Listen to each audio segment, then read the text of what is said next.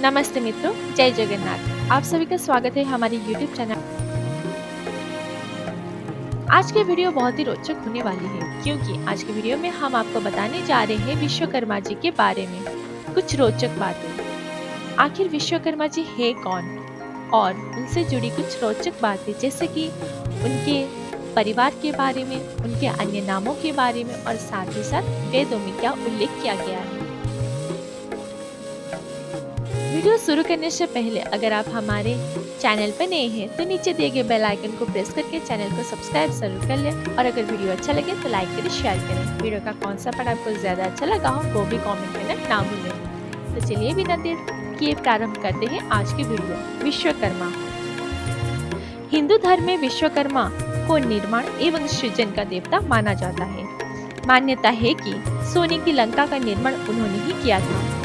इनकी रिद्धि सिद्धि और संज्ञा नाम की 3 पुत्रियां थीं, जिनमें से रिद्धि सिद्धि का विवाह भगवान चंद्रशेखर और माता पार्वती के सबसे छोटे पुत्र भगवान श्री गणेश जी से हुआ था तथा संज्ञा का विवाह महर्षि कश्यप और देवी अदिति के पुत्र भगवान सूर्य नारायण से हुआ था। यमराज, यमुना, कालिंदी और अश्विनी कुमार इन्हीं की ही संतानें हैं।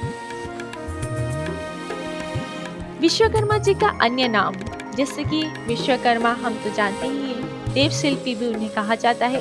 उसके साथ ही साथ जगतकर्ता और शिल्पेश्वर भी कहा जाता है। उनका निवास स्थान है विश्वकर्मा लोक।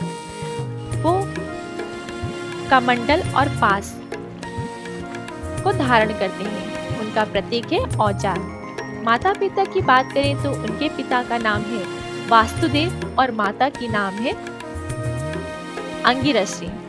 संतान बृहस्पति, नल, नील, संध्या, रिद्धि सिद्धि और चित्रांगदा। और उनका त्योहार माना जाता है विश्वकर्मा पूजा, जो कि इस साल यानी कि 2024 में 16 सितंबर को मनाया जाएगा, जो कि सोमवार पड़ रहा है। अब चलिए जानते हैं वेदों में उल्लेख क्या किया गया है। ऋग्वेद में विश्वकर्मा सूक्त के नाम से 11 ऋचाएं लिखी गई है, जिनके प्रत्येक मंत्र पर लिखी है ऋषि विश्वकर्मा, भोवन, देवता आदि। यही सूक्त यजुर्वेद अध्याय 17 सूक्त मंत्र 16 से 31 तक है। ऋग्वेद में विश्वकर्मा शब्द का एक बार इंद्र व सूर्य का विशेषण बनकर भी प्रयुक्त हुआ है। परवर्ती वेदों में भी विशेषण रूप में इसके प्रयोग अज्ञात नहीं है। यह प्रजापति का भी विशेषण बनकर आया है। पूर्ण परमात्मा ने इस संसार को बनाया है। उन्होंने माँ के गर्भ में भी हमारा पालन पोषण किया। क्या उस परमात्मा की जगह हम अन्य देवी देवताओं को विश्व रचयिता कह सकते हैं? बिल्कुल भी नहीं। प्रजापति, विश्वकर्मा, विश्वचेत। परंतु महाभारत के खील भाग सहित सभी पुराणकार प्रभात पुत्र विश्वकर्मा को आदि विश्वकर्मा मानते हैं। स्कंद पुराण प्रभात खंड के निम्न श्लोक की भांति किंचित पाठ भेद से सभी पुराणों में यह श्लोक मिलता है। वो श्लोक है कि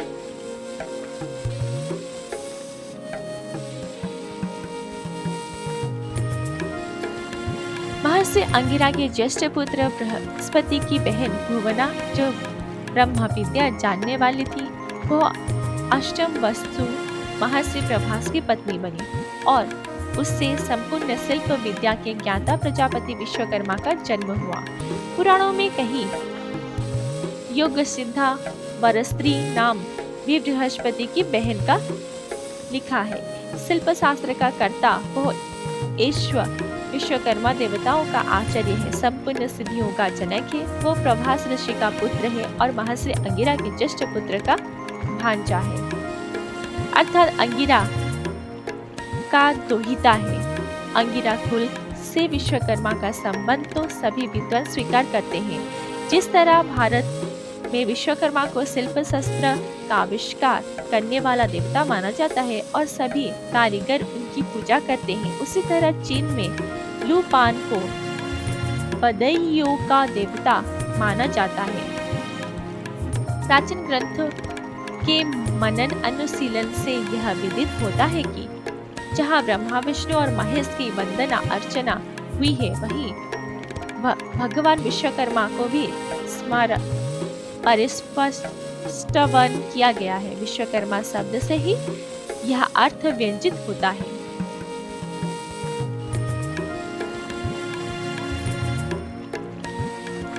इस श्लोक का अर्थ ये है कि जिसके सम्यक सृष्टि और कर्म व्यापार है वह विश्वकर्मा है। यही विश्वकर्मा प्रभु है।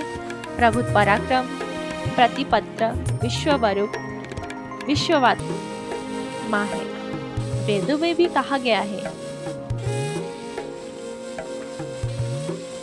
कहकर इनकी सर्वव्यापकता, सर्वज्ञता, शक्ति संपन्ना और अनंतता दर्शाया गया है।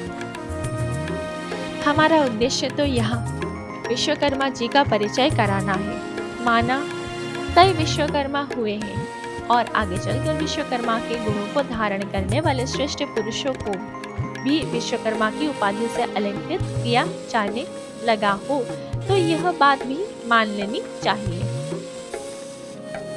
भारतीय संस्कृति के अंतर्गत भी शिल्प संकायों, कारखानों, उद्योगों में भगवान विश्वकर्मा की महत्ता को प्रकट करते हुए प्रत्येक वर्ष सितंबर को श्रम दिवस के रूप में माना जाता है, यानी कि विश्वकर्मा दिवस के रूप में मनाया जाता है। यह उत्पादन वृद्धि और राष्ट्रीय समृद्धि के लिए संकल्प दिवस है। यह जय जवान जय किसान जय विज्ञान नारे को भी श्रम दिवस का संकल्प समाहित किए हुए है। यह पर्व सारे वर्ष के कन्या संक्रांति में प्रतिवर्ष 17 सितंबर विश्वकर्मा पूजा के रूप में सरकारी व गैर सरकारी इंजीनियरिंग संस्थाओं में बड़े ही हर्षोल्लास से संपन्न होता है।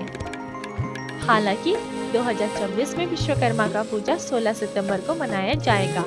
लोग ब्रह्मवश इस पर्व को विश्वकर्मा जयंती मानते हैं, जो सर्वदा अनुचित है। भाद्रपद शुक्लदा प्रतिपदा कन्या की संक्रांति, कार्तिक शुक्ल प्रतिपदा यानी कि गोवर्धन पूजा, भाद्रपद पंचमी, अंगिरा जयंती, मई दिवस आदि विश्वकर्मा पूजा महोत्सव पर्व है। इन पर्वों पर भगवान विश्वकर्मा जी की पूजा अर्चना की जाती है।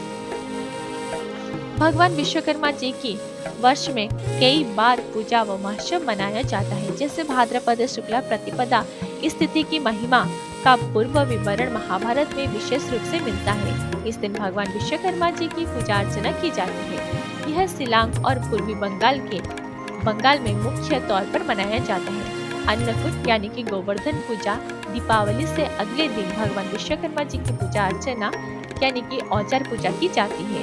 मई दिवस विदेशी त्योहार का प्रतीक है।